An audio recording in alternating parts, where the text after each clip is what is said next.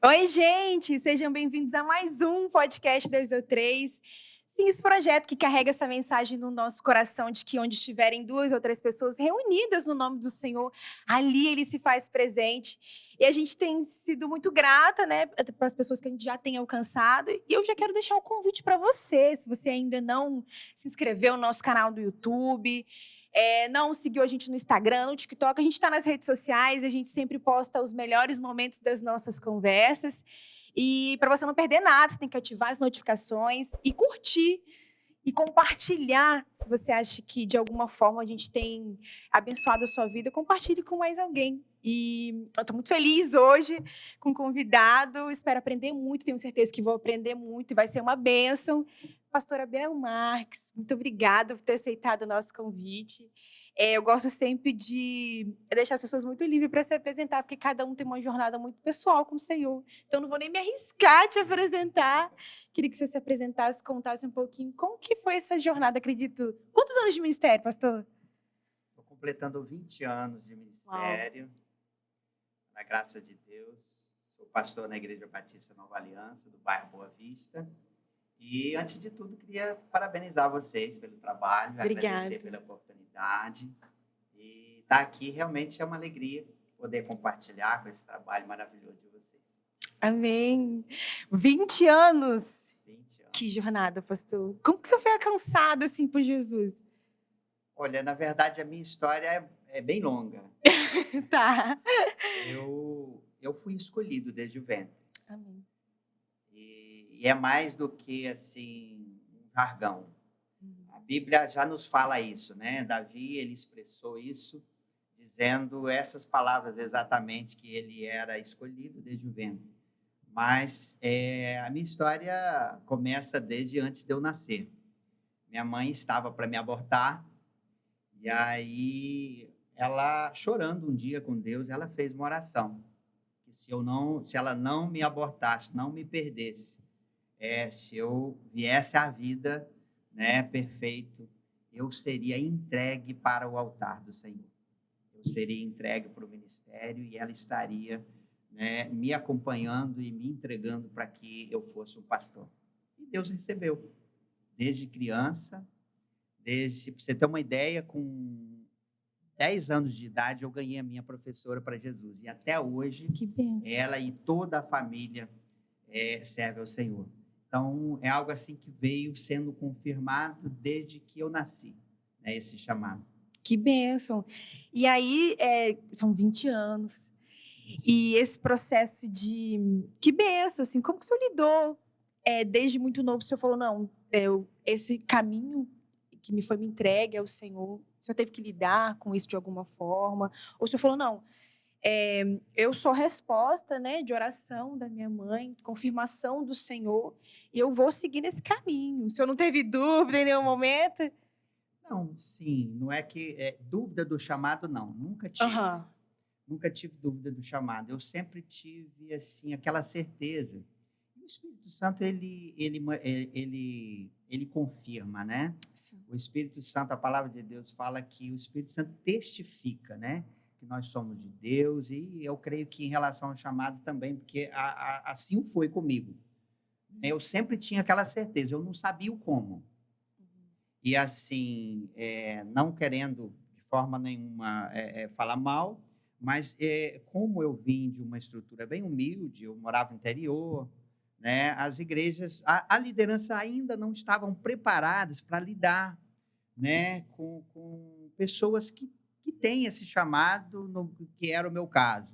Então eu não tive assim no início, né, muita ajuda, no sentido, assim, das pessoas identificar o chamado e disser: "Olha, vem aqui, eu vou te orientar, vem por aqui, porque esse é o caminho, eu vou te treinar, eu vou te, né, te ensinar", não. E por causa disso eu fiquei um tempo, eu acho que, assim, até um pouco tardio, Uhum. a minha, não digo aceitação, mas a minha inserção no ministério propriamente dito. Mas eu creio que tudo isso é propósito de Deus, a palavra de Deus fala que todas as coisas contribuem para o bem daqueles que amam a Deus, e então eu entendo isso, tudo isso faz parte. Eu acho que na verdade, não retardou nada, Deus queria, era assim mesmo, e o tempo de Deus aconteceu, Deus proveu, e hoje estou aqui. Amém, que bênção. É, só teve que galgar, assim, o ministério. Foi uma relação muito pessoal sua com o Senhor, de descobrindo, o Senhor também, o Senhor foi chamado para isso, mas só teve que galgar, assim, os caminhos onde confiar no Senhor mesmo. Sim, por essa falta de orientações claras, qual era o instrumento, qual era a minha saída? Às vezes, a gente morava numa cidade interior bem pequenininho, e meu pai tinha fazenda bem próxima, assim, da cidade.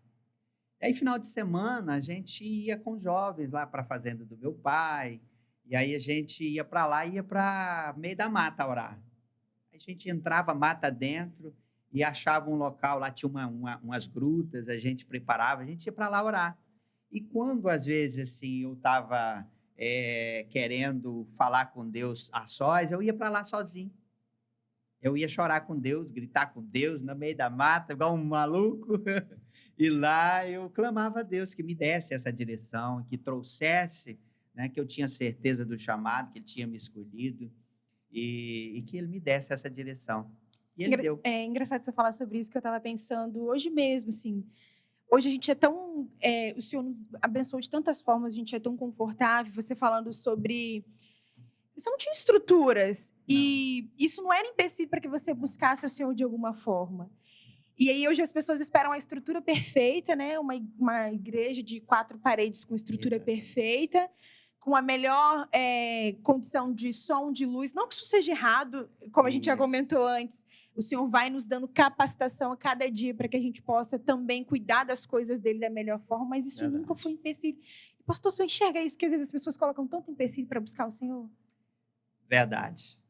Eu acho assim, eu sempre entendi isso, eu creio ser pelo Espírito. As maiores conquistas do homem de Deus, vêm no secreto.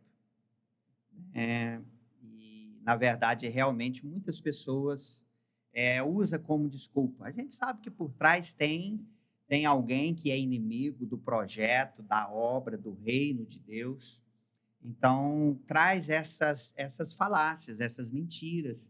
E muitas pessoas realmente estão parados, pessoas com talentos extraordinários, e isso, às vezes, para nós, como pastor, é algo assim que martiriza, né? Porque a gente vê pessoas com tanto talento, pessoas que a gente olha e fala assim: meu Deus, eu queria ter um talento desse.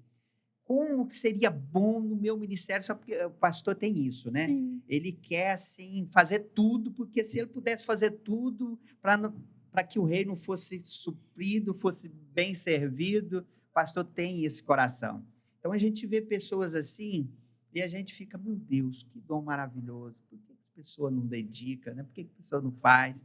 Mas, infelizmente, né, isso faz parte, o nosso papel é continuar orando para que Deus desperte essas pessoas. Sim, e não vai existir estrutura perfeita. Pode ser a mais bonita, maior, Verdade. mas, como o senhor disse, quando o Senhor nos transforma e nos preenche, é no secreto. Então, Isso, às vezes, as pessoas esperam um melhor momento, né? Eu já falei sobre isso. Não existe melhor momento para que o Senhor possa nos usar. Existe a verdade. dedicação de estar disposto a ser usado, né, pelo Exato. Senhor, independente da estrutura, das condições. Meu irmão, a gente faz parte de uma geração, de uma sociedade que não quer sacrifício, né? Eu, hoje de manhã, no meu devocional, eu lia Romanos 3,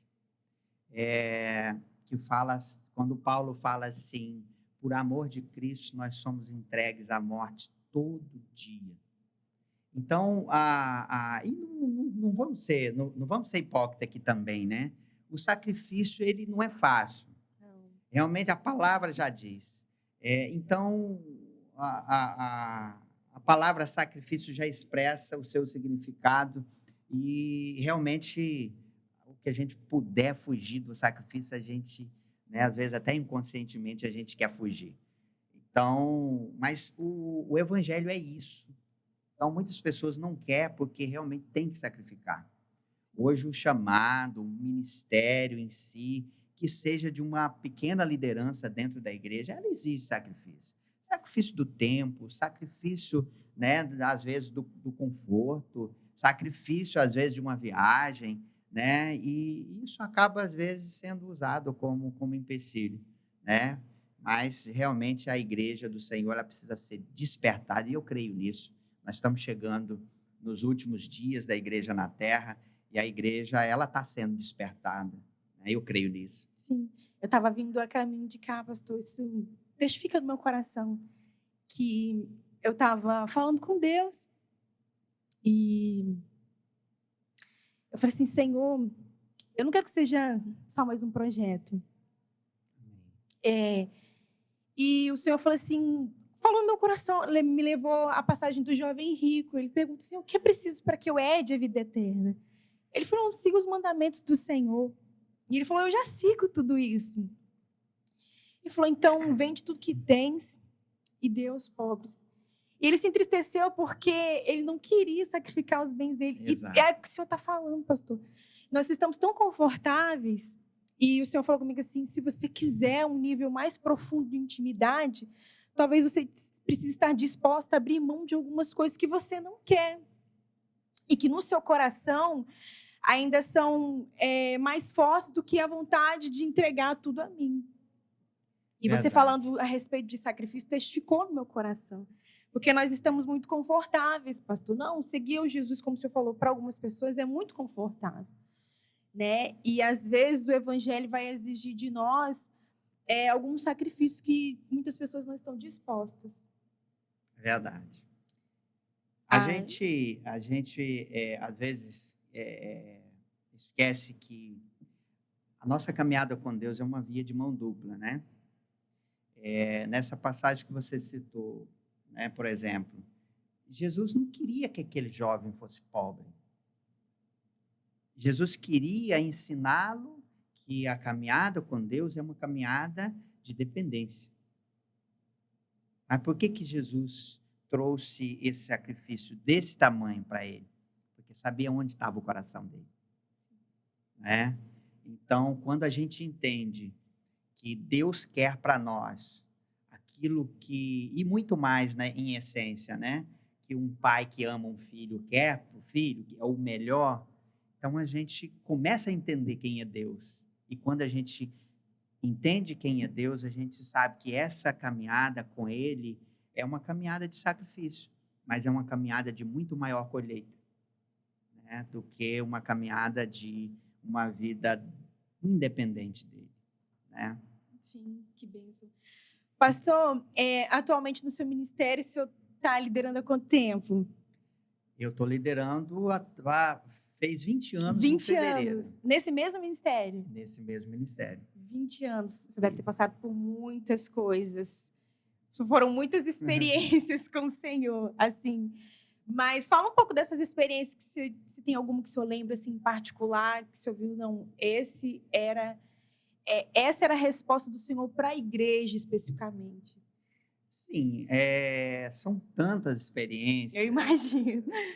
que seria difícil até enumerar. Sim. Mas, assim, eu me lembro, quando eu falava do meu chamado, Aham. né, o que que Deus fez para me inserir no ministério.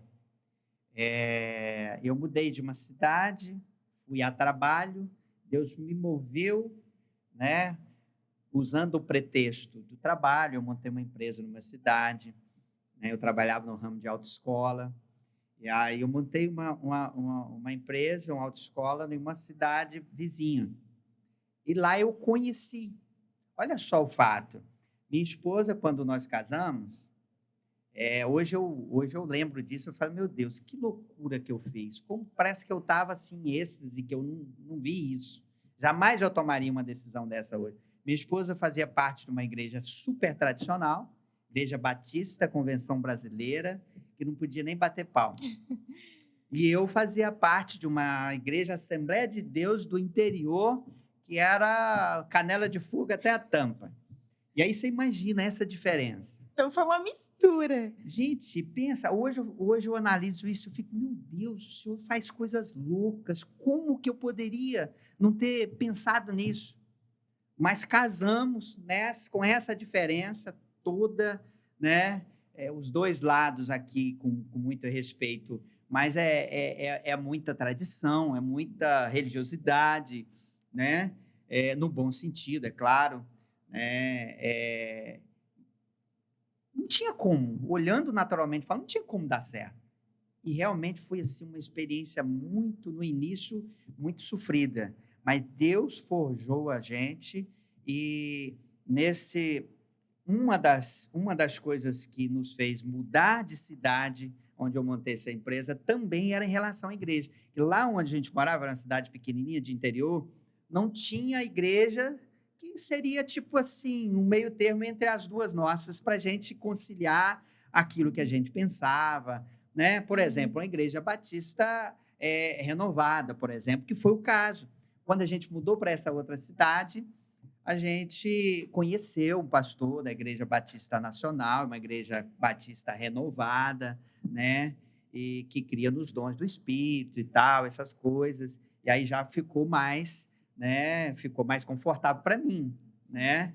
E aí então a gente foi congregar nessa igreja e de lá foi lá que começou tudo, a última cartada de Deus para inserir a gente no ministério. Eu me lembro, não sei se eu estou estendendo muito aqui, Não, só pode ficar à vontade com o tempo. mas eu me lembro que eu estava numa correria dando aula, eu atendia cidades vizinhas e atendia 10 cidades, só que lá as cidades são muito longe umas das outras. Então eu passei 42 dias fora de casa, dando aula de 6 da manhã às 10 da noite, todos os dias, e aquela loucura, e filho pequeno, preocupado, não, eu tenho que fazer isso, eu tenho que cuidar da minha família e tal. E aí na nossa igreja estava acontecendo um congresso, e aí a minha esposa ligava, amor, vem, você precisa participar, vem para participar no sábado, no domingo, pelo menos, e tal. E eu, não, eu vou acabar aqui, vou e tal. E aí, naquela correria, eu não consegui chegar no sábado, consegui chegar no domingo, e cheguei já na hora do trabalho já começando. Eu cheguei todo vergonhoso, entrei na igreja, sentei no banco. A hora que eu sentei no banco, não deu 2 minutos, o pregador já estava pregando. Você vê a hora que eu cheguei, né? Sem comentário. Na hora E da boa aí... parte, que alguns consideram, a hora da palavra. Isso aí. E aí, a hora que eu sentei, não deu 2 minutos. O pregador desceu do púlpito, veio de lá na minha direção, assim, e ele já veio tirando a gravata, assim. Pregador que eu nunca tinha visto, não conhecia, nunca tinha visto na vida. E aí ele desceu do púlpito, já tirando a gravata do pescoço, chegou onde eu estava, pegou a gravata e botou no meu pescoço assim. Falou assim, deixa de ser covarde. Eu sou o Senhor, aquele que te chamou. Por que você foge? Você é chamado, eu te chamei. Eu vou te sustentar. Não é com o trabalho do seu braço que você vai sustentar, mas eu te sustento. Naquele momento foi assim, tudo que eu precisava, sabe? A gente é incrédulo, né? A gente insiste em ser incrédulo. E eu tinha medo, eu vim de uma família assim, meu pai foi sempre muito provedor. Então eu vim com essa cultura de sentir responsável em prover o melhor para minha casa. Então tinha 2 filhos pequenos que veio assim logo um atrás do outro, e eu tinha aquela preocupação em dar o melhor para os meus filhos. E Deus me colocou nessa saia justa, né? Mas a partir daquele momento eu falei assim, não, Deus, então de hoje em diante eu estou por sua conta. Aquilo me impulsionou, sabe? Me deu aquela indignação santa, né? Nasceu dentro de mim. Naquele momento o que eu fiz? Falei, Senhor, a partir de hoje eu estou por sua conta.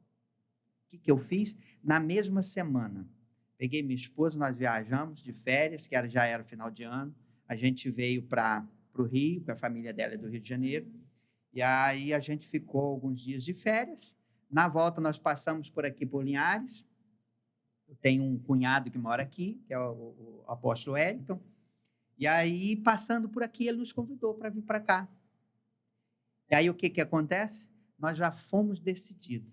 Chegamos lá, vendemos pelo preço que achamos, vendemos. Minha esposa tinha um laboratório, que ela é farmacêutica, bioquímica, e aí ela vendeu o laboratório, eu vendi a autoescola, pela primeira oferta que eu encontrei. Antigamente vocês moravam aonde?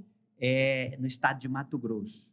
São Nossa. 2.700 quilômetros daqui lá. Sim. E Aí venderam tudo e vieram para Linhares.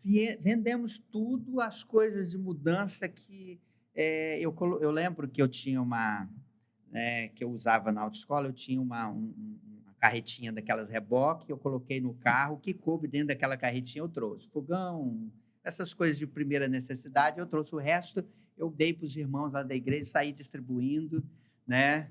E vim embora.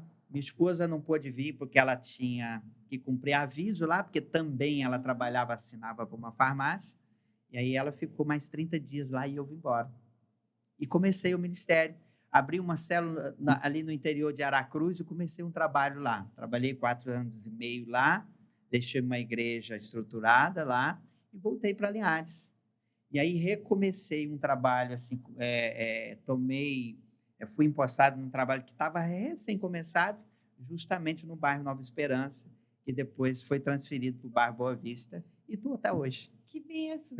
Pastor, você falando, a gente acha de como o Senhor te chamou, que a gente tem, você falou de incredulidade, a gente acha que o mesmo Deus que nos chama não é capaz de prover para que a gente caminhe segundo o chamado que Ele mesmo nos fez. Você não acha que a gente tem essa percepção, como o senhor falou? O senhor agiu de encontro a um chamado, o senhor falou com o Senhor diretamente, teve aquela experiência toda. Mas se fosse qualquer outra pessoa, ia colocar vários poréns, porque a gente tem essa coisa no nosso coração, não, o Senhor me chamou, mas será que Ele vai prover? Isso aí. E isso é o mais difícil. Eu confesso que não foi fácil.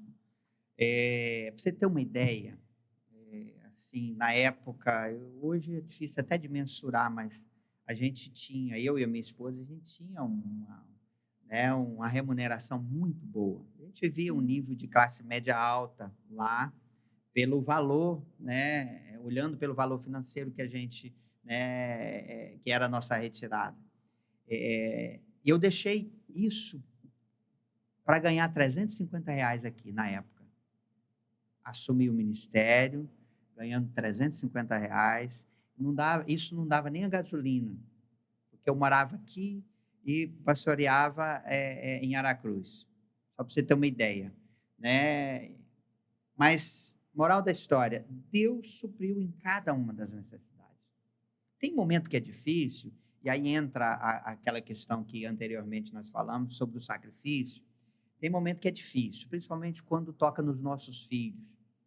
Eu me lembro que tinha dias que, geralmente a nossa rotina era, final de semana, a gente ir no sábado para lá, sábado de manhã, e a gente ficava no sábado, evangelizava, à noite, né, tinha reunião, domingo de manhã a gente tinha escola de líderes, depois à tarde tinha a evangelização, visitas, e à noite a celebração do culto à noite.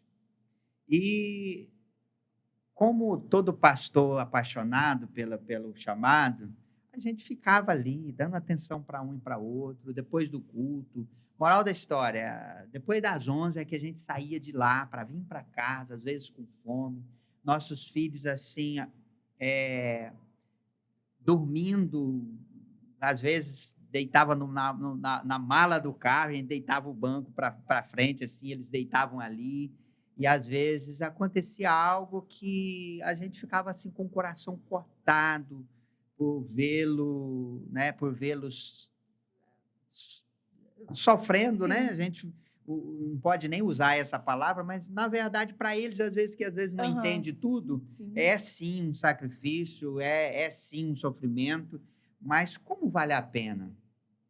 Às vezes isso pesou e muitas vezes pensar, meu Deus, como é difícil, como eu estou com dó dos meus filhos, mas hoje eu vejo assim, Deus retribuiu em cada um dos sacrifícios que nós fizemos. Uma das orações que eu lembro que eu fazia em relação aos meus filhos desde pequeno é que Deus os fizesse crescer, que Deus os desse sabedoria, né, inteligência, e desse para eles a condição de ter estudo, de crescer na vida. E hoje, graças a Deus, meus 2 filhos, um já é formado em medicina, o outro está formando o ano que vem. Então, eu vejo que tudo isso, eu não poderia fazer isso de mim mesmo. Financeiramente, e eu não teria condições, mas Deus fez. Então, cada sacrifício que a gente faz, eu tenho um costume de dizer o seguinte: Deus não deve nada para ninguém. Todo sacrifício que a gente faz pelo reino, né, pelo amor a Deus, jamais ele deixa de nos retribuir, e à altura, tá? Muito além daquilo que a gente, né, pode fazer, Deus nos retribui.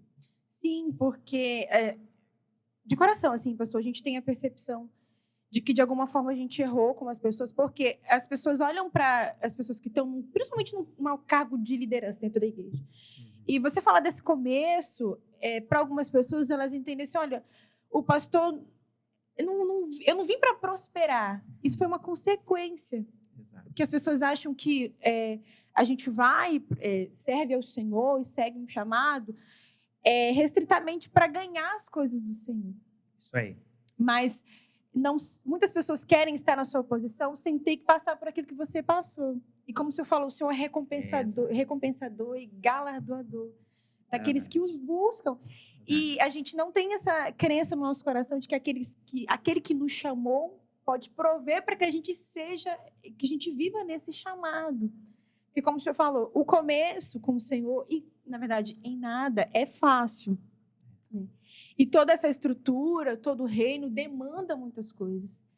E é por isso que o senhor falou de sacrifícios, porque o reino demanda sacrifício. Mas a gente separa sacrifício de sofrimento.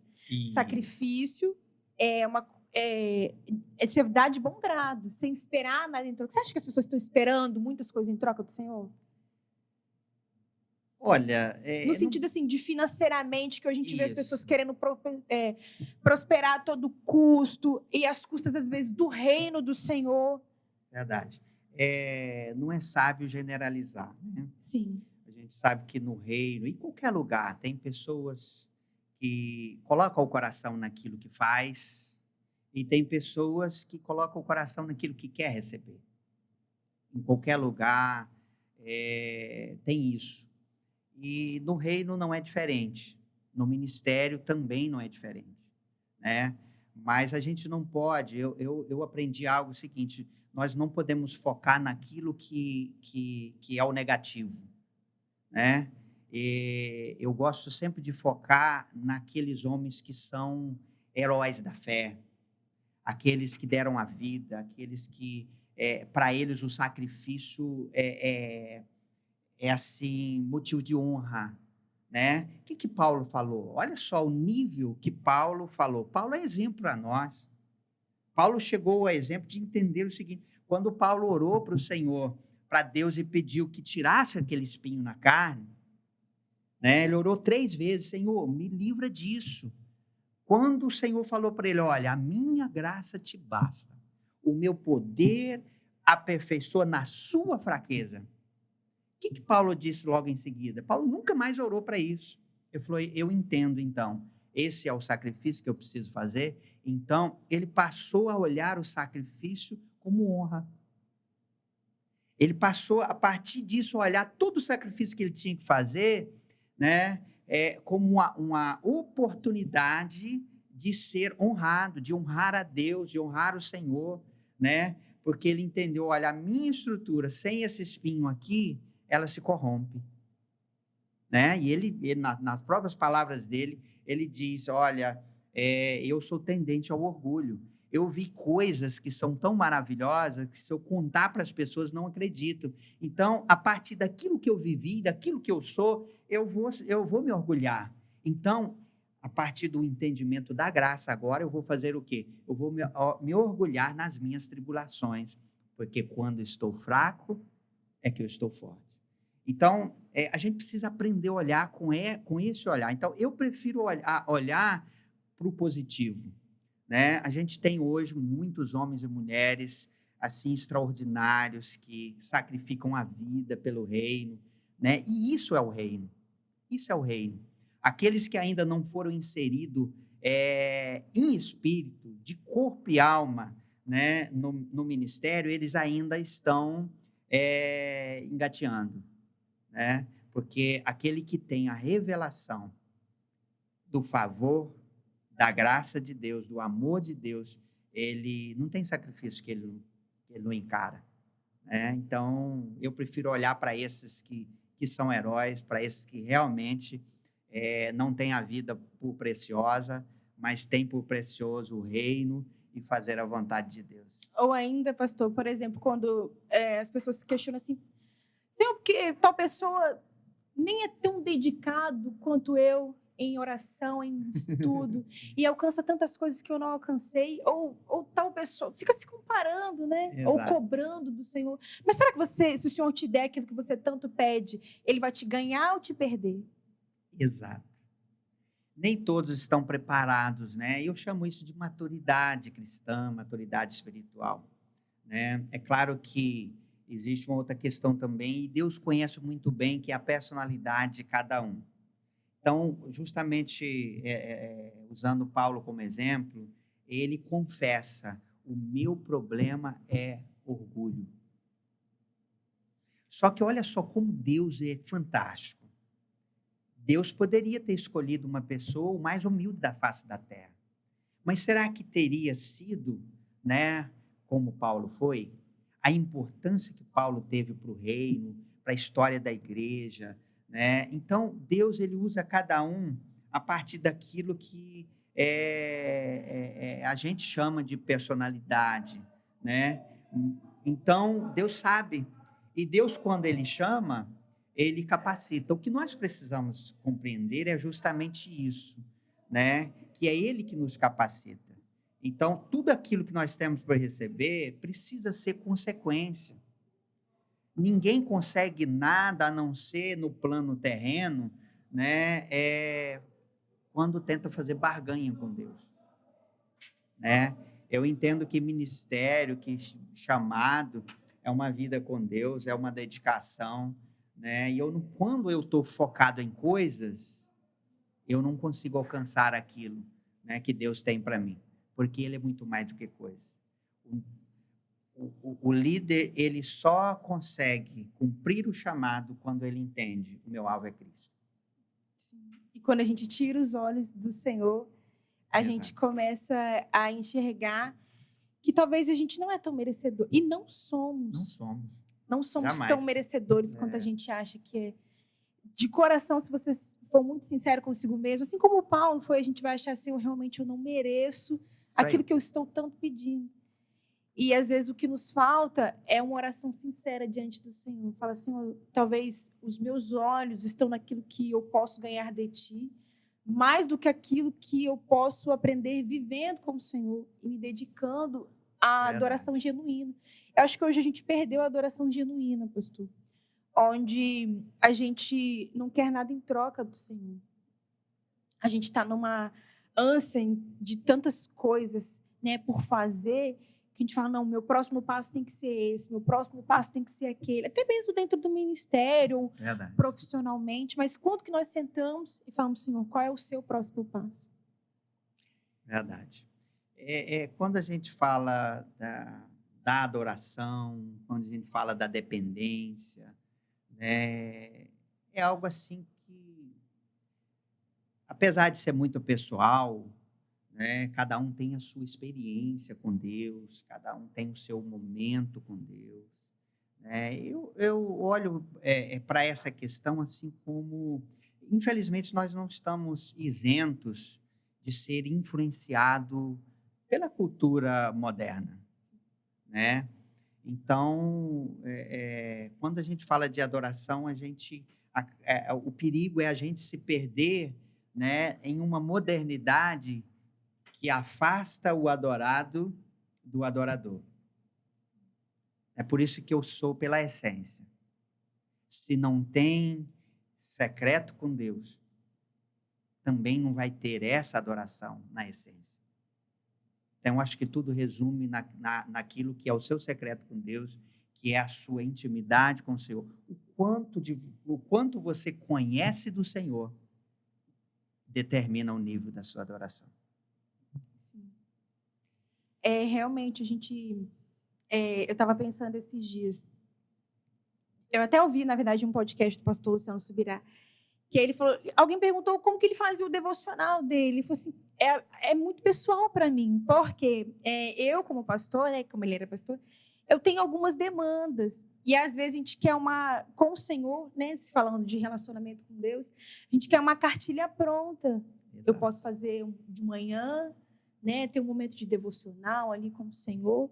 Mas se você também pode fazer à noite, se essa for o que a sua Sim. rotina te permite. Uhum. Então, às vezes, a gente fica tentando colocar o Senhor dentro de uma caixinha onde ele só pode falar comigo em tal horário. E às vezes o Senhor está sedento em falar com a gente, mas a gente está, né? A gente tem, como o Senhor falou, as nossas rotinas pessoais, a gente trabalha, a gente vive numa sociedade que às vezes demanda um pouco mais de tempo, essas coisas. E se você puder falar com o Senhor só à noite, o Senhor não vai receber sua adoração, o Senhor não vai receber a sua súplica, o seu coração não vai estar sedento por Ele. Como nós dissemos no início, a igreja é um corpo. Eu sou a igreja, eu sou um corpo, né? Eu sou parte desse corpo, né? E dessa forma nós somos vivos. O que que a nossa vida com Deus, ela é ativa. A oração, a palavra nos ensina que a oração, ela precisa ser em todo tempo. A adoração, ela precisa ser em todo tempo, né? A religiosidade faz isso. A religiosidade nos estraga às vezes, né? Criando estereótipos, né? Eu, por exemplo, assim, eu tenho um costume, uma vida devocional, e o meu horário de fazer o meu devocional é de manhã. Mas tem dia que não dá para fazer. Tem dia que você tem compromisso, você precisa sair. Mas o dia que eu não posso fazer no horário que é a minha rotina, eu vou ficar, ai meu Deus, ô céu, ô vida, eu não fiz meu devocional. Não, peraí. Eu não posso. Isso é um nível de religiosidade que tenta me engessar. A hora que eu voltar, se é o horário do almoço, se é à tarde, se é à noite, eu vou fazer o meu devocional. É aquele momento ali que eu preciso ter com Deus, que vai me alimentar, que vai me trazer vida, que vai me trazer intimidade. Aquele momento pode ser de manhã, pode ser à tarde, pode ser à noite, pode ser qualquer hora. O importante é que eu tenha esse momento de alimento, porque a palavra de Deus, a oração, esse momento com Deus é o nosso alimento, né? Mas estereotipado não. Não. E você deixar de fazer as coisas porque o Senhor não se encaixa na sua rotina, impede, na verdade, é um caminho que a gente está caminhando para a destruição do nosso relacionamento, da nossa fé, porque se a gente não se alimenta o nosso espírito, né, que a gente Isso aí, fala, isso aí. a gente vai ficando enfraquecido e os nossos desejos vão se sobressaindo da vontade do Senhor, que a gente vai se privando de passar tempo com Cristo, porque ele não se encaixa na nossa rotina, mas a gente precisa entender que o Senhor não vai se encaixar na nossa rotina. Nós é que vamos nos trazer para perto dele a todo momento. Então, às vezes, as pessoas fazem acepção. Eu não vou dizer assim, é importante você separar um momento para o Senhor, mas se você estiver dirigindo e você santificar aquele momento e ser um momento seu de adoração, por que não? O Senhor não vai receber esse momento, né? Como o Senhor falou da religiosidade. Às vezes eu estou no meu trabalho, mas eu estou em constante espírito de oração, pensando naquilo que o Senhor pode trazer durante o meu trabalho e pensando nas minhas atitudes, nas minhas atitudes para com os meus irmãos, para com os próximos, como o Senhor agiria nesse momento. Então, a gente separa a liturgia do ordinário. Exato. E há essa separação, e o Senhor não faz essa separação Verdade. entre a liturgia e o ordinário, porque é na nossa vida cotidiana que o Senhor tem que se fazer presente, que Ele vai moldando o nosso caráter e as nossas atitudes. Verdade.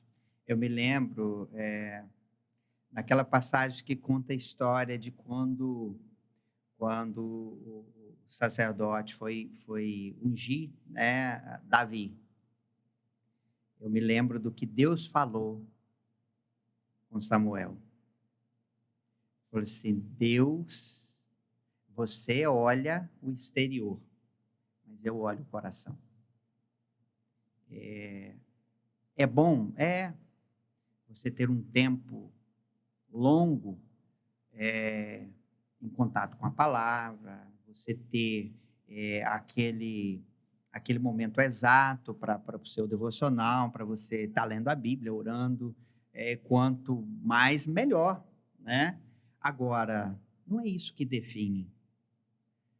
O que nos define é o nosso coração diante de Deus. E aí a gente, é claro que tem que ter cuidado, porque existe o outro extremo também. Tem pessoas que dizem o seguinte: o que determina é o meu coração é de Deus. E não é assim também. Deus, ele avalia a intenção do nosso coração, né?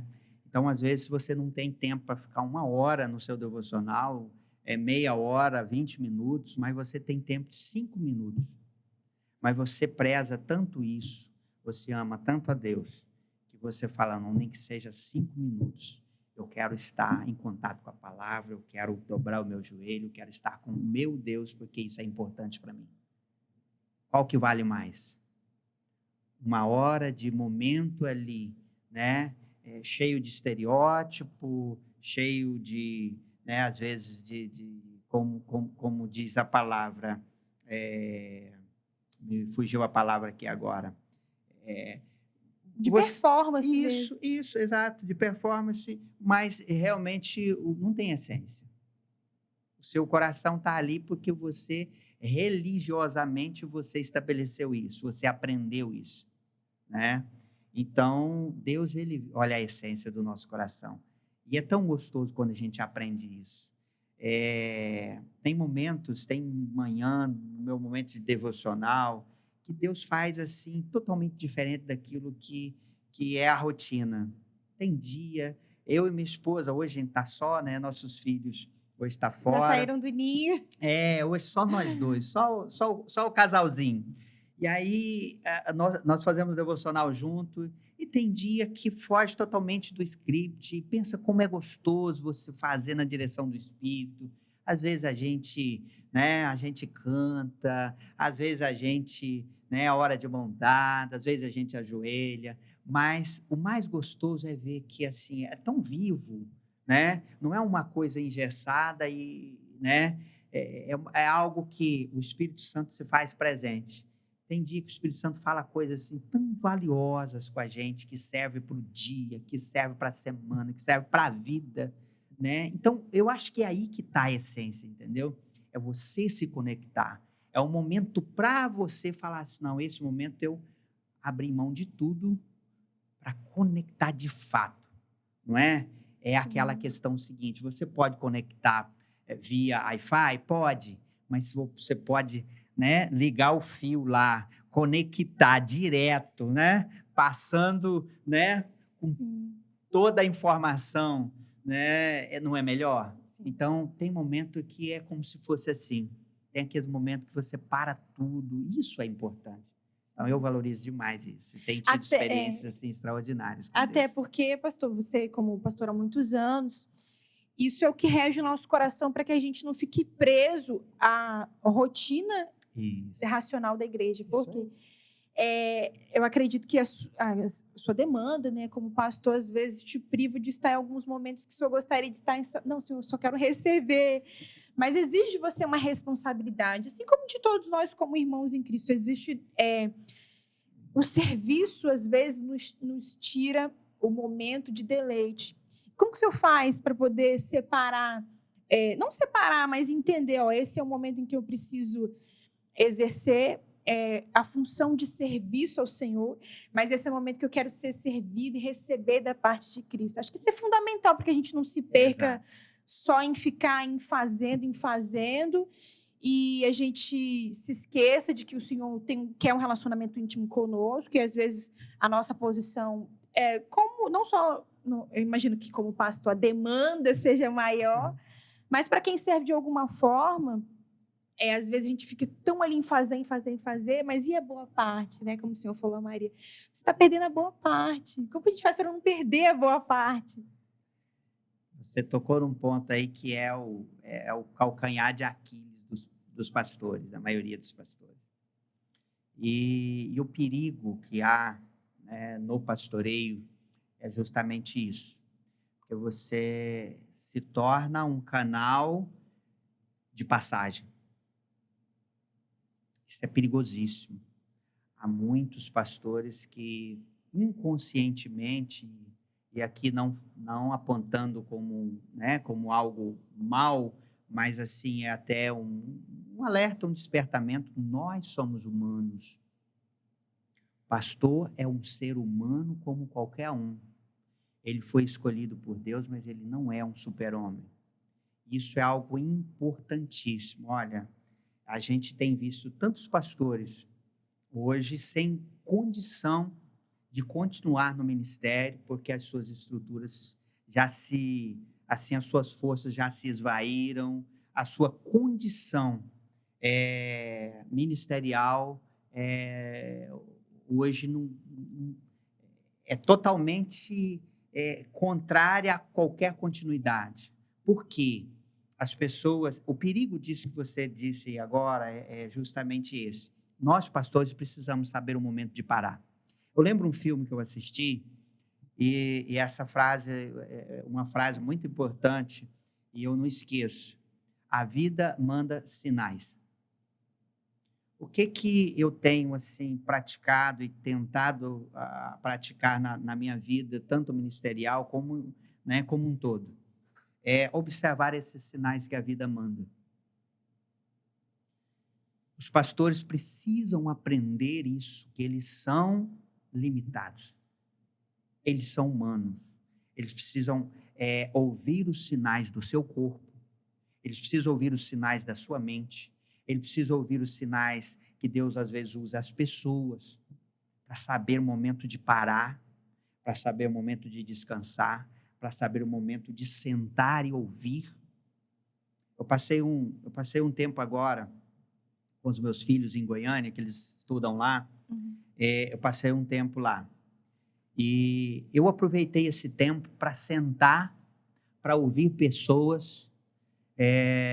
Eu frequentei uma igreja em célula esse tempo que eu fiquei lá em Goiânia. Eu fiz questão de ir para uma célula ser liderado por um menino. Né, falando de maturidade Sim. cristã, um menino. Mas como foi bom para mim. Eu fiz questão disso.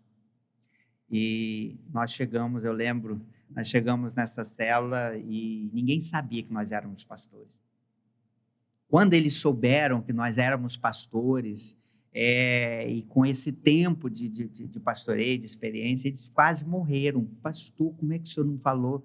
Meu Deus, eu estou liderando um pastor na minha igreja, na minha célula, eu estou começando a célula agora, meu Deus, que responsabilidade. Eu falei assim, continua o seu trabalho, faça o que tem que ser feito, me lidere como você lidera todos os outros, eu estou aqui para aprender com você. Como foi bom isso?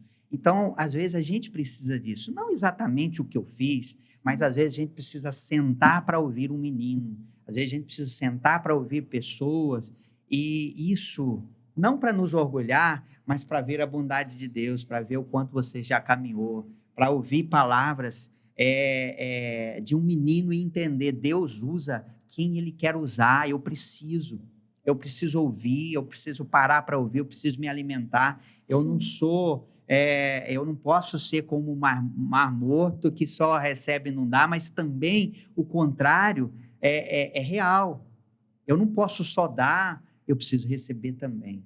Então, eu acho muito importante esse ponto que você tocou aí. E digo para os pastores que nos ouvem, né, pare para ouvir. Você precisa se alimentar. Às vezes a gente precisa parar as nossas agendas para que o Senhor cumpra no nosso coração aquilo que precisa ser feito. Igual você falou, às vezes a gente está tão preocupado em fazer, e às vezes, pastor, a gente está eu falo que a gente está num ego super crente, de que a gente já ouviu tudo, de que Deus não pode falar mais nada. O Senhor, a gente às vezes limita o poder de Deus e até mesmo em falar conosco. Como o senhor mesmo disse, usou o exemplo aí de um jovem. O Senhor mesmo com você tendo muitos anos na caminhada com Cristo, o Senhor continua sendo maior do que aquilo que a gente pode imaginar. Então, às Exato. vezes, a gente vai precisar retroceder para poder reabastecer as nossas energias espirituais, íntimas com o Senhor, para que a gente possa prosseguir de alguma forma. E se a gente não fizer isso, a gente pode, como o Senhor mesmo disse, existem pessoas que estão paradas, precisaram ser paradas durante a caminhada, porque não estavam mais conseguindo prosseguir na jornada com o Senhor de alguma forma. E a gente ter esse cuidado também de olhar para o outro, né? E falar, não, talvez o meu irmão esteja percebendo algo em mim e esteja tentando ter essa humildade no nosso coração, pastor, de ser cuidado. Às vezes a gente perde a humildade de ser cuidado, liderado, porque a gente acha que já aprendeu tudo, né, espiritualmente, da parte do Senhor. A gente não viu nada, nem metade do que Deus pode agir. E eu falo assim, às vezes a gente precisa ser cuidado, porque as pessoas de fora percebem, ó, irmão, a gente precisa receber nãos de algumas pessoas. E às vezes a gente não está pronto para receber os nãos de algumas pessoas. Falar, irmão, você precisa se frear. Talvez você está se passando. E você precisa parar as suas agendas, talvez retroceder no ministério. E às vezes a gente não consegue deixar ser abençoado pelo outro, até pelo nosso próprio orgulho. Verdade. Há muitas pessoas que se preocupam em dar tanto que ele esquece, né, que ele precisa receber. E eu vejo pastores que eles se ocupam tanto com agendas externas e acaba às vezes esquecendo, né, de dar aquilo que os próprios filhos precisam. O que a gente tem de relato de famílias, de pastores que reclamam ausência, crianças reclamando de ausência do pai, porque o pai está envolvido com agendas. E digo uma coisa, a maioria não faz isso por mal, pelo contrário, faz isso porque quer dar o melhor. A intenção, na grande maioria das vezes, é boa. E é justamente aí o perigo. A gente quer dar o melhor. Quantas vezes eu me peguei quando eu disse para você que essa frase do filme me marcou, que a vida manda sinais, que eu tive que aprender a duras penas a ouvir a minha esposa dizer: ei, você tem uma família, você tem filhos, você tem esposa, não é só a igreja, porque o amor do coração, né, que Deus coloca no coração de um pastor, às vezes é tão grande que ele quer dar o que ele não tem para a igreja. Então, o problema não é a pessoa, não é um defeito, é uma qualidade que chega ao exagero. A pessoa quer dar tudo que tem mais um pouco. Peraí, e a sua família? Não é? Então, a gente precisa parar para cuidar da gente. Porque se a gente não faz a manutenção, o que vai acontecer? Vai quebrar. O que é melhor, você parar um dia para fazer manutenção ou parar 2 anos para consertar aquilo que quebrou? Então, eu cheguei a essa conclusão nas minhas conversas com o Espírito Santo. Então, eu reprogramei. Sabe quando que realmente eu tenho uma vida muito ativa, sabe? E se deixar, eu viro noite, 24 horas e eu não paro. E um dia eu tive uma conversa franca com meu filho e falei para ele, meu filho, o que se tivesse que pontuar algo que o papai precisa mudar? Ele falou isso. Meu filho tinha na época 13 para 14 anos. Meu filho falou assim, papai, eu acho que o senhor precisa mudar na vida do senhor. O senhor precisa dar atenção para sua família. Aquilo me arrebentou. E dali para cá eu vim tentando, mas não pensa que eu mudei da noite para o dia, não, porque É um processo difícil. É um processo difícil. E aí, o que realmente veio assim a calhar para que eu entendesse de fato e falar, não, eu mudo. Foi um infarto que eu tive, né? Justamente assim, eu entrei numa rotina de tanto estresse que eu infartei. Infartei e fui morto para o hospital. E Deus me trouxe a vida. Eu sei que foi um milagre de Deus. O próprio médico falou que, olha, você é um milagre. O homem lá deve ter um apreço diferenciado por você, porque tudo indicaria você estar hoje em óbito. Então, eu creio, eu sei disso, que Deus trouxe isso como um sinal. Não que ele trouxe, mas ele permitiu para que eu viesse a entender, né, também isso. Então, há muitas pessoas assim, quer dar o melhor. Então, voltando ao que a gente, né, disse anteriormente, a intenção é boa. E esse é o problema. Então, é o cuidado que a gente tem que ter. Nós não somos super-homens. Nós precisamos entender que nós somos falíveis. E eu acho que essa é a solução. Sim. Entenda que você falha, você nunca vai dar, você nunca vai ser perfeito. Porque as pessoas cobram, sabe? A gente tem uma cultura de igreja, e estou eu falando demais aqui. Não, pode ficar à vontade. Pastor tem esse É problema. para isso mesmo. Pastor tem esse problema, fala muito, tá? Você pode ficar à vontade, é para isso mesmo, para a gente conversar. Então, esse é justamente o maior problema. Essa imagem no que o pastor tem que ser um ser diferenciado e que o pastor ele tem que ser exemplo. A Bíblia nos ensina isso. Mas espera aí, você tem que ser exemplo dos fiéis. Você não tem que ser super-homem, tentar ser além dos limites. Você é homem, você é falível. Tentar ser Deus. Exato. Acho que esse é o cuidado que temos que ter. Sim. E eu acho incrível como o Senhor vai moldando o nosso caráter. Verdade. O Senhor vai nos transformando através das dificuldades. É a dificuldade que molda. A gente vai voltar a falar sobre sacrifício, mas as dificuldades que a gente vive, pastor, tenho certeza que o senhor, 20 anos de ministério com o Senhor, eu nem sei quanto tempo eu tenho de caminhada, mas eu já incontáveis vezes que eu tive que ser refreado para que o Senhor pudesse moldar o meu caráter, para que o Senhor pudesse sondar o meu coração e moldar o meu caráter, e entender que, assim como na sua experiência, o senhor era pastor, mas estava falhando como pai. Sim. E às vezes eu era líder de ministério, estava falhando nas outras áreas. E permitir que o Senhor nos refreie vai moldar o nosso caráter. Até para que a gente possa agir para com o outro. Às vezes a gente fica tão sobrecarregado com o ministério e a carga é tão maior do que o serviço ao Senhor por prazer, que a gente vai ferindo alguns irmãos nos percalços, pastor.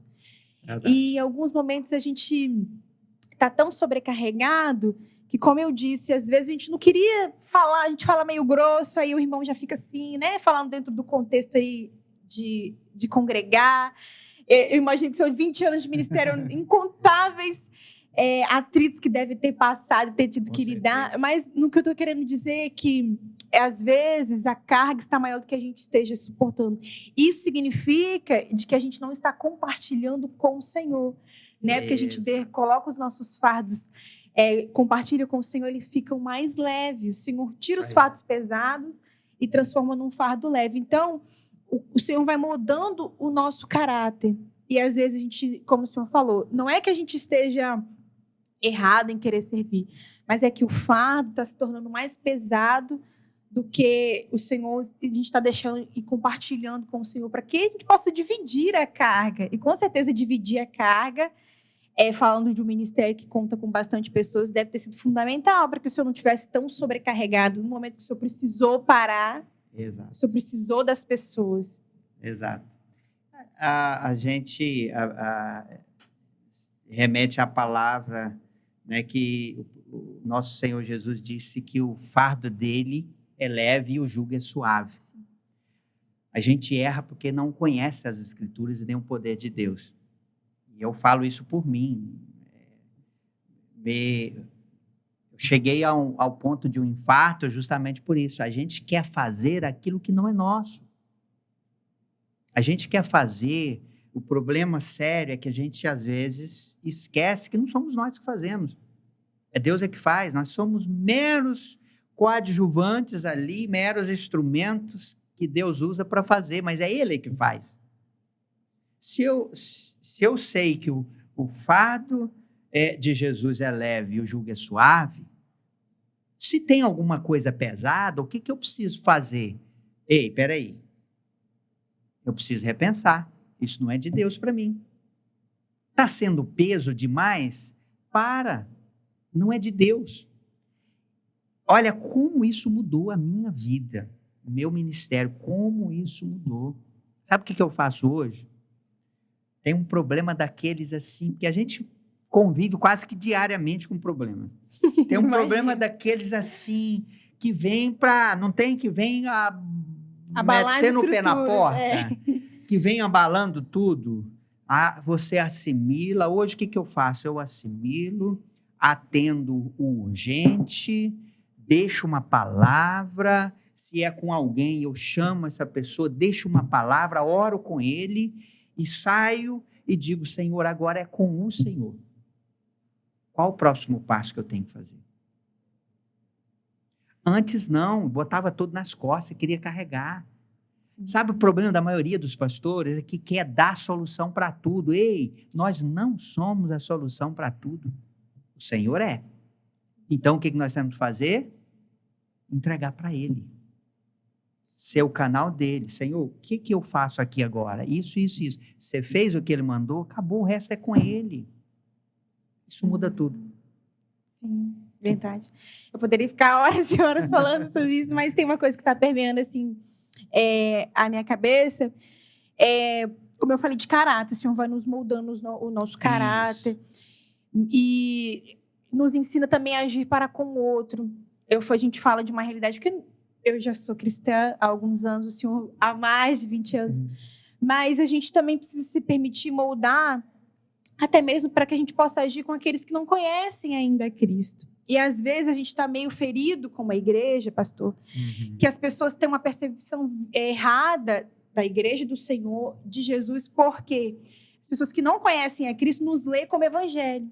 E nós estamos falhando como evangelho, de alguma forma. Porque estamos feridos ou sobrecarregados. Então, o agir de Deus, a nossa falha, né, a nossa sobrecarga também impede que a gente seja lido por outras pessoas que não têm conhecimento de quem Deus é, porque de alguma forma, por exemplo, na caminhada com Cristo há muitos anos, às vezes você pode ter ali algum atrito com algum irmão, e aí acaba falando com alguém que não tem conhecimento de quem é essa rotina de igreja, do Senhor, e as pessoas nos leem de forma errada. Verdade. É uma das coisas assim que eu vivo e percebo é que as pessoas têm facilidade de criar um estereótipo para a igreja. E o que eu sempre lembro às pessoas é o que é a igreja. A igreja são pessoas. Qualquer denominação que eu fizer parte, né, essa denominação ela é feita de pessoas. E onde tem pessoas, tem falhas, né? E isso se torna cada vez mais um maior desafio, porque não tem como a gente não ser influenciado. Há um reflexo da sociedade, da cultura, na vida das pessoas. E as pessoas chegam com esse, né, reflexo na igreja. Então, a igreja é o lugar onde essas pessoas serão ensinadas. E hoje, qual é o maior desafio? Porque a cultura da nossa geração hoje é o seguinte: qual é o maior problema hoje? Se você for observar no contexto geral, o maior problema hoje está no seio das famílias. A pessoa chega para a igreja, ela tem problema com a igreja, por quê? Primeiro, porque elas não têm experiência de boa convivência no seio da família. E é algo assim que a gente pode observar, é muito claro, a pessoa que tem uma base familiar sólida, ela é uma pessoa que ela quase não tem problemas na igreja. Ela convive bem, ela tem facilidade em conviver. Por quê? O que é a igreja? A igreja é uma família. Quando você briga lá na sua casa, com a sua irmã, com o seu irmão, com o seu pai, com a sua mãe, quebra o pau, mas daqui a pouco o que acontece? Vocês estão de bem por quê? Porque são família. Aí, mas na igreja é diferente. As pessoas brigam, não, vou sair da igreja porque e tal, isso. Peraí, não, vamos fazer a mesma coisa. A igreja é feita de gente também, de gente imperfeita, vamos aprender junto? E é por isso, eu sempre digo que o problema maior hoje da dificuldade de relacionamento é justamente isso. O nível de maturidade não chega, não cresce, porque como que Deus trata a gente? Deus quer, né? A palavra fala que o alvo é a gente chegar na estatura do varão perfeito, não é? De que isso está falando? Maturidade. A gente conhece o Senhor e a nossa vida passa a ser o quê? Como a luz da aurora, a luz do amanhecer, que vai brilhando mais e mais até ser dia perfeito. E como que Deus faz isso na nossa vida? A partir das experiências. Aquilo que você disse anteriormente, as pessoas não aguentam ouvir não. Então, Deus prepara a gente a partir de situações, de nãos que a gente recebe, a partir de sims que a gente gostaria que fosse não, né? A partir de confrontos que Deus usa as pessoas para nos confrontar, né? Mas a gente está sempre fugindo desses processos, sempre fugindo desses processos. Que é o caminho mais fácil. Exato. Então, hoje, o maior desafio de você conviver em igreja, principalmente no caso, assim, da gente como líder, como pastor, é isso. Que você precisa ter muito cuidado como você trata as pessoas, porque as pessoas não conseguem ser tratadas de uma forma clara, de uma forma direta. Então, você tem que estar aí cheio de dedos, com cuidado, porque um confronto, a pessoa já está com o pé lá fora. Então, esse é um grande desafio hoje. As pessoas não estão preparadas para serem, eu nem diria disciplinadas, mas para ser confrontadas. Sim. Né?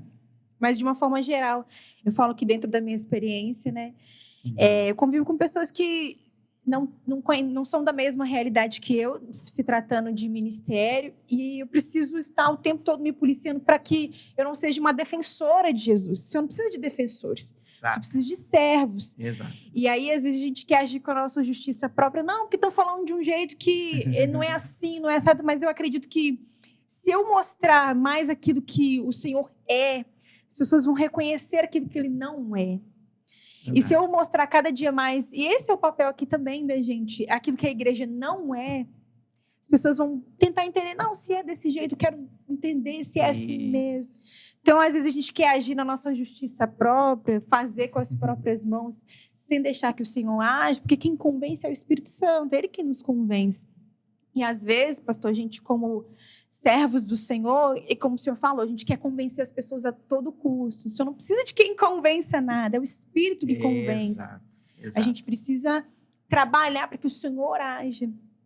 E, às vezes, o nosso testemunho fala muito mais do que, para quem, né, não é cristão, às vezes o nosso testemunho fala mais do que a palavra, porque ele nos não conhece. Com certeza. E as nossas vivências têm que ser aquilo que está pautado perante a Bíblia, perante o Senhor, mas não como justiceiro. O Senhor não quer justiceiro. Não, Deus não precisa. Não, o Senhor não quer justiceiro. Mas falando ainda sobre estrutura, como igreja, a gente conversava aqui no começo de que eu já venho conversando isso com outras pessoas que também não são evangélicas, mas eu acho engraçado que eles também passam também por essas percepções de que o Senhor está numa posição de liderança, eu hoje estou numa posição de ser liderada, graças a Deus. Esse processo também é importante, mas as percepções que as pessoas têm é de que isso não demanda nada. Mas, como eu disse anteriormente, tem coisas que são espirituais e tem coisas que precisam do nosso agir. Então, a igreja precisa de estrutura, sim. As pessoas acham que não. Sim, o Senhor age onde estiverem 2 ou 3 pessoas. A palavra diz isso. Então, por que não a gente ter uma estrutura? A gente também precisa falar disso, pastor. Por que não a gente ter uma estrutura boa para receber as pessoas, né? Eu vou perguntar aí sobre o propósito de ter estrutura e da gente ter uma boa organização dentro da igreja. Por que as pessoas acham que essas coisas não são importantes também dentro do reino? Olha, isso para mim é um dos maiores desvios, é um dos maiores perigos, um dos maiores desvios da palavra. O Senhor Jesus foi tão claro e a palavra ela é tão clara, dizendo que o propósito final dessa restauração de Deus né?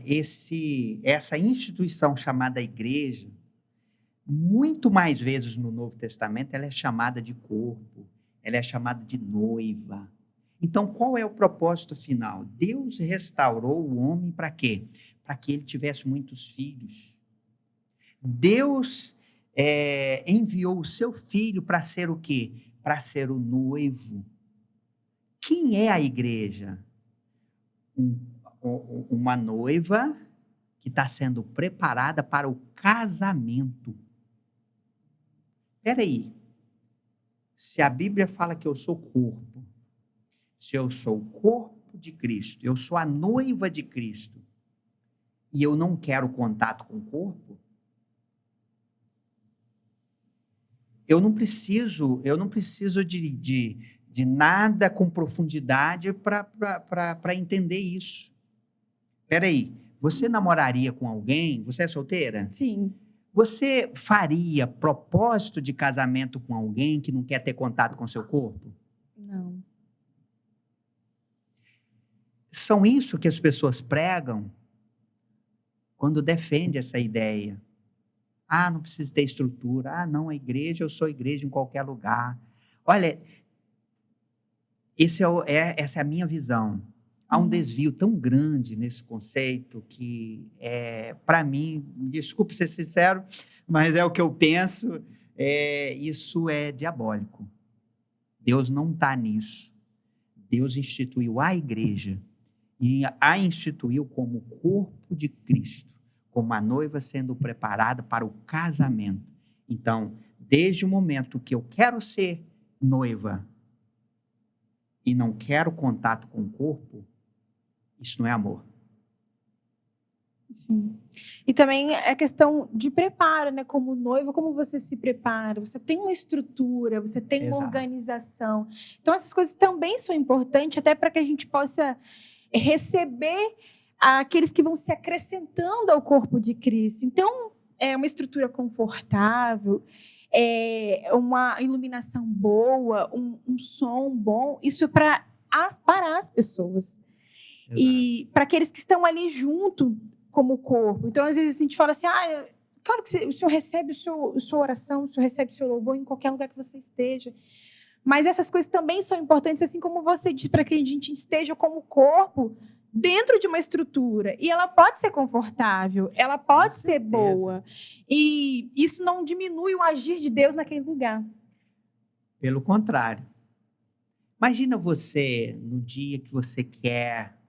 Eu não sei, eu sou de origem bem pentecostal, então eu valorizo demais essa questão da expressão na presença do Senhor, da liberdade na presença do Senhor. Dos dons espirituais. Imagina a diferença você estar numa igreja confortável, climatizada, você pular, dançar, se for o caso, né? Você se expressar ao seu Deus ali naquele momento seu, em família, num local onde tem um ar-condicionado, você tem aquele conforto. Olha a diferença, né? Então, a estrutura, ela é importante sim, ela é importante sim, e eu digo mais, uma das coisas que a igreja mais tem errado até aqui, mas graças a Deus eu tenho acompanhado, sempre que eu viajo, eu observo isso e tenho, assim, me alegrado enquanto Deus tem despertado a igreja nesse sentido. Se você tem um filho, olha só a alegria que você tem, o conforto que te dá você chegar numa igreja onde tem um departamento infantil que cuida do seu filho e não cuida simplesmente, outra coisa que para mim é um erro, e hoje eu ensino isso na nossa igreja, nós estamos trabalhando isso, tanto que hoje o nosso próximo projeto agora é ampliar o nosso espaço para que a gente tenha estruturas adequadas e amplas para a rede infantil, justamente porque criança não vai para a igreja para brincar de carrinho, não vai para a igreja, apesar de que pode fazer parte, deve ter aquele momento, entendeu? Criança não deve ir para a igreja para escorregar no escorregadorzinho que tem lá. Deve ter? Deve. Eu acho que precisa, tem que fazer parte da estrutura. Mas o propósito da criança ir para a igreja, né, é ouvir a palavra. Porque um dos maiores erros é a gente achar que criança só brinca. Criança entende a linguagem do céu, entende a palavra e precisa ser ministrada assim como nós. Então, a igreja está despertando para isso. Eu tenho, assim, testemunhado isso e como isso tem me alegrado, porque isso faz parte e, graças a Deus, a igreja está mudando esse conceito. Amém. Não só esse projeto, mas quais são os outros projetos que vocês pensam assim para atender a comunidade no bairro que vocês estão inseridos? Que às vezes as pessoas acham assim, não, as pessoas estão lá pelo bel prazer. Não, a gente está em função do corpo. Eu sou apaixonada pela minha igreja, eu conheço a posição da minha igreja em relação aos projetos que ela tem para a comunidade, para o serviço, para com o Exato. outro. E quais são os outros projetos que vocês têm assim para com o outro, para a comunidade que vocês estão inseridos ali no bairro? Olha, o papel social da igreja é Sim. muito importante, né? A gente prega isso. A gente não faz mais porque às vezes a gente tem as limitações também, Aham. né? Mas na medida do possível o que a gente pode fazer, a gente entende isso, é importante. Esse papel social da igreja é de extrema importância. A gente trabalha além da obra social que a gente faz através das células, que é algo assim extraordinário. A célula alcança às vezes o lugar que a igreja, né, em si não alcançaria, né? Igreja em si, que eu digo o seguinte: uma organização, por exemplo, um ministério específico da igreja, tá entendendo? Então, a célula, ela faz esse papel de alcançar aquela pessoa, detectando uma pessoa necessitada e trazendo para a igreja a necessidade, para que a igreja, né, atenda aquela necessidade na medida do possível. Hoje, a gente tem um trabalho social de alimento, né? Graças a Deus, até assim, algo que tem me surpreendido. Nós começamos a ensinar isso e assim incentivar os irmãos. Hoje olha, eu não tenho em números exatos, mas o que a gente entrega de cestas básicas hoje para pessoas necessitadas, eu imagino hoje em torno de uma cesta por dia, sabe? Assim, algo que tem feito a diferença.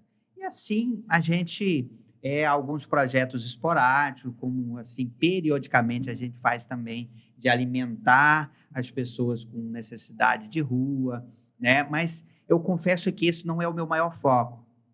Eu tenho um conceito seguinte: a gente precisa alimentar o espírito e o corpo, mas maior obra é alimentar aqueles que abre e entrega em espírito para que Deus faça a obra. Porque se Deus fizer a obra no espírito, a pessoa sai daquela condição.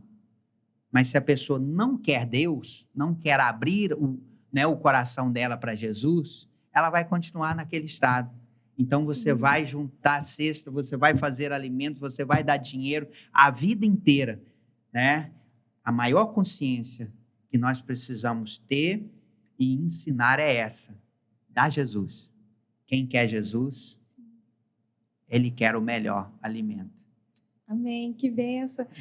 Pastor, o que você tem visto nos últimos dias? Como o senhor falou, o senhor passou um tempo lá, né? Foi visitar seus filhos. O que o senhor tem visto nos últimos dias do movimento que o senhor tem feito em nós como igreja? Não só como igreja brasileira, mas como noiva do Senhor.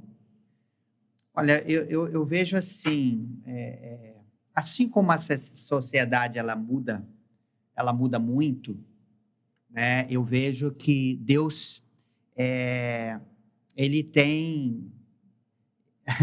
Eu ouvi uma palavra esses dias que eu achei muito interessante. Inclusive foi até o pastor Aloysio da Igreja Videira falando. O diabo ele sempre vai levantar e agir contra nós. Mas uma coisa que nós precisamos entender o diabo ele anda sempre atrás.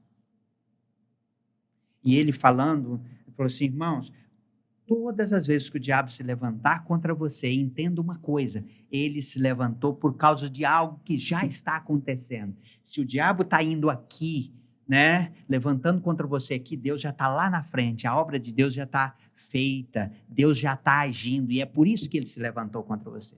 Então, o que eu entendo? A gente nunca viveu um tempo em que o diabo se levante tanto contra a igreja.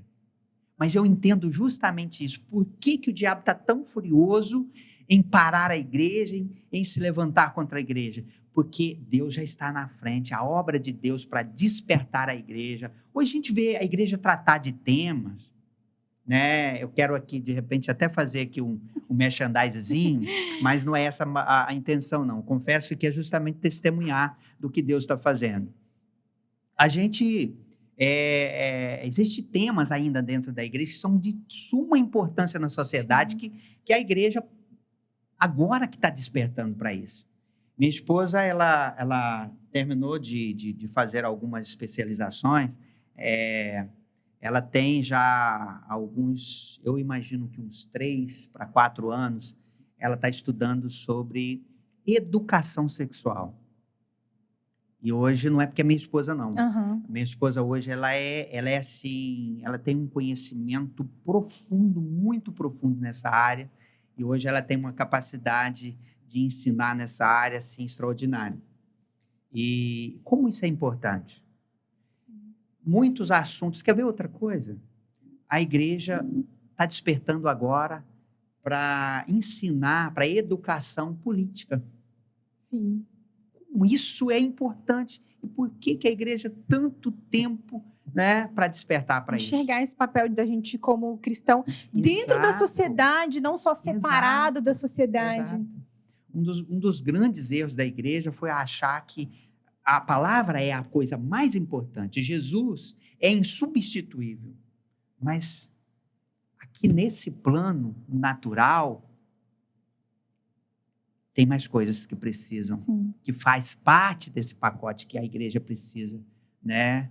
Abrir os olhos para a responsabilidade, né? Para ser essa mão estendida de Deus para ajudar. Então, eu entendo isso, né? Deus está despertando a igreja para isso, e isso tem me alegrado. Tem pessoas que a gente... É mais fácil você olhar para aquilo que está em evidência, né? Tem um ditado seguinte, que a minoria ela é barulhenta, né? A minoria é barulhenta. Então, aquilo que é negativo, ele é barulhento. Aquilo que é negativo, às vezes, ele ganha uma proporção muito além daquilo que é a realidade.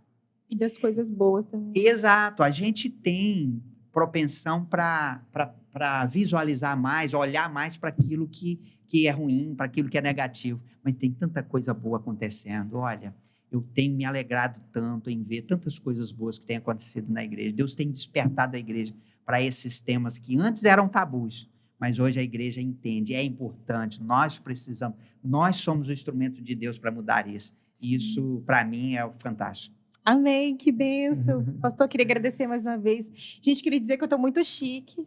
Nós estamos muito chique, a gente ganhou um presente do pastor. 2 livros, o Mestre na Perspectiva de João, tá? E a gente ganhou o Líder Águia, Voa às Alturas de Deus. Pastor, você quer falar um pouquinho desses livros? Muito obrigada, a gente está muito chique de ter recebido o presente. Escritor, gente, pastor, escritor, é muito chique. Amém, posso pegar? Claro! Esse livro aqui não foi o meu primeiro projeto escrito, mas foi o primeiro projeto impresso. Esse livro Deus me deu quando eu estudava, estava fazendo meu devocional nos evangelhos. E aí eu sempre fui apaixonado pelo Evangelho de João. Eu também. E assim, eu achei fantástico a perspectiva, né, de João a respeito de Jesus. João falou de Jesus numa perspectiva muito mais ampla do que todos os outros evangelistas, né? Quando ele vai falar de Jesus, ele fala assim de Jesus com uma alegria, com uma propriedade tão grande, que ele começa falando desde a criação, para você ter uma ideia. Desde a criação, né? Ele começa lá: no princípio era o verbo era Deus, o verbo estava com Deus, né? E isso me chamou a atenção e eu comecei a estudar. E aí o Espírito Santo tocou meu coração para escrever. E aí eu falo desses pontos, dessa perspectiva, né, que João escreve, né, a respeito de Jesus. E aí Deus me deu esse livro aí, né? E é algo assim que eu sou muito, muito feliz, porque Deus me deu, realmente foi um projeto. Esse aqui já trata o tema de liderança. O Espírito Santo me deu assim um encargo para falar justamente. Tempos atrás, teve uma época que o mundo noticiou e falou muito sobre quedas de grandes líderes. E Deus tocou meu coração e eu escrevi esse livro. Modéstia à parte, não é porque fui eu que escrevi, mas esse livro não é um livro escrito pelo pastor Abel. Esse livro é escrito pelo Espírito Santo. O Espírito Santo me deu coisas tremendas aqui. E assim, de cunho muito prático para a vida de liderança. Como cuidados que o líder precisa ter, os percalços que o diabo usa para derrubar os líderes, o impacto que gera a queda de um líder, entendeu? Então, assim, baseado em Isaías, né, 40, 31, que aqueles que esperam no Senhor, né, caminharão e não se cansarão, né, correrão e não se fatigarão. E eu escrevi esse livro sobre o líder aprender a descansar no Senhor. Amém. E a partir desse livro eu estou escrevendo mais 4. Oh, que Olha só o que o Espírito Santo... Um já está pronto, eu vou lançar esse ano ainda. Eu creio que até julho eu vou mandar imprimir. E esse próximo é o Líder Águia anda por visão. Visão, assim, no sentido, né, de anda pelo Espírito e não por aquilo que vê no natural. Amém. Se as pessoas quiserem comprar, pastor, onde elas encontram o livro? Faz seu jabá. Olha, eu tenho disponível na livraria ali no centro, a livraria... Como é que é o nome? A mais conhecida ali é... Eu não vou lembrar. Me passou o nome agora da livraria. Mas é a livraria mais conhecida ali, próxima do Mas a gente pode deixar seus contatos também na descrição. Isso, ou pelo meu telefone, é só me ligar, eu faço questão de entregar pessoalmente. Que bom. A gente vai deixar então seu contato na descrição. Okay. Agradecer mais uma vez, pastor. Eu acredito que eu recebi muitas coisas, fico muito grata, o Senhor falou muito ao meu coração. E que seja um bênção também na vida de outras pessoas, sou muito grata. Obrigada por ter aceitado ter vindo. Amém. A alegria é minha. Eu sempre digo o seguinte: Deus me fez para servir. E eu estou à disposição para servir. Aquilo que a gente puder contribuir. Mais uma vez agradecendo aí a oportunidade e parabenizando pelo trabalho, muito importante, propagar o reino. E hoje essa ferramenta é muito importante. Parabéns aí pela iniciativa. Qualquer coisa, estamos à disposição. Estou aqui para servir. Amém. Gente, foi isso. Obrigada para você. Você conseguiu chegar até o final, mas eu acredito que, assim como eu, você deve ter recebido coisas maravilhosas da parte do Senhor. Eu já queria deixar o convite para você. Se de alguma forma essa mensagem chegou ao seu coração, tocou no seu coração, alguma coisa que a gente disse aqui você pode aproveitar e você acha que não tem alguma pessoa que precisa ouvir isso, compartilhe com alguém, se inscreva no nosso canal, siga a gente nas redes sociais e seja parte dessa ferramenta de propagação do Evangelho e seja bênção na vida de alguma pessoa. Muito obrigada.